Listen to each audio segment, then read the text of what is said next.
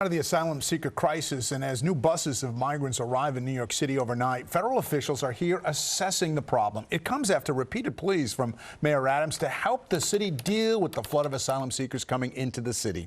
Eyewitness News reporter Janice Yu joining us live from the Roosevelt Hotel in Midtown with more. Janice.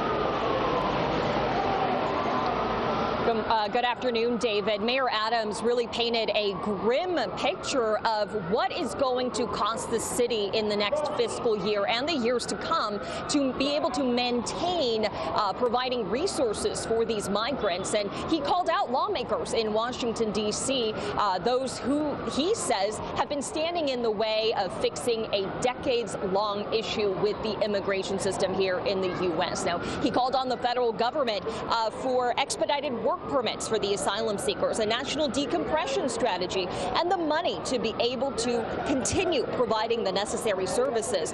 Adams says members of the Department of Homeland Security are here in the city this week assessing the situation.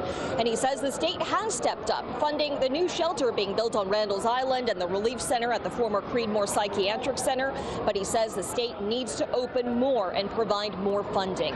Right now, it costs the city $9.8 million a day to care for the roughly 57,000 migrants who are here. The city initially estimated it would spend about $4 billion in this fiscal year on this crisis alone, but Adams says the new projections show even higher numbers and they're unsustainable. This will increase our costs. If we continue down this unsustainable track with an average of almost 34,000 households a night over the course of just this fiscal year, that will increase costs to $4.7 billion. Hear me. If things do not change, our new estimates have us spending nearly $5 billion on this crisis in the current fiscal year.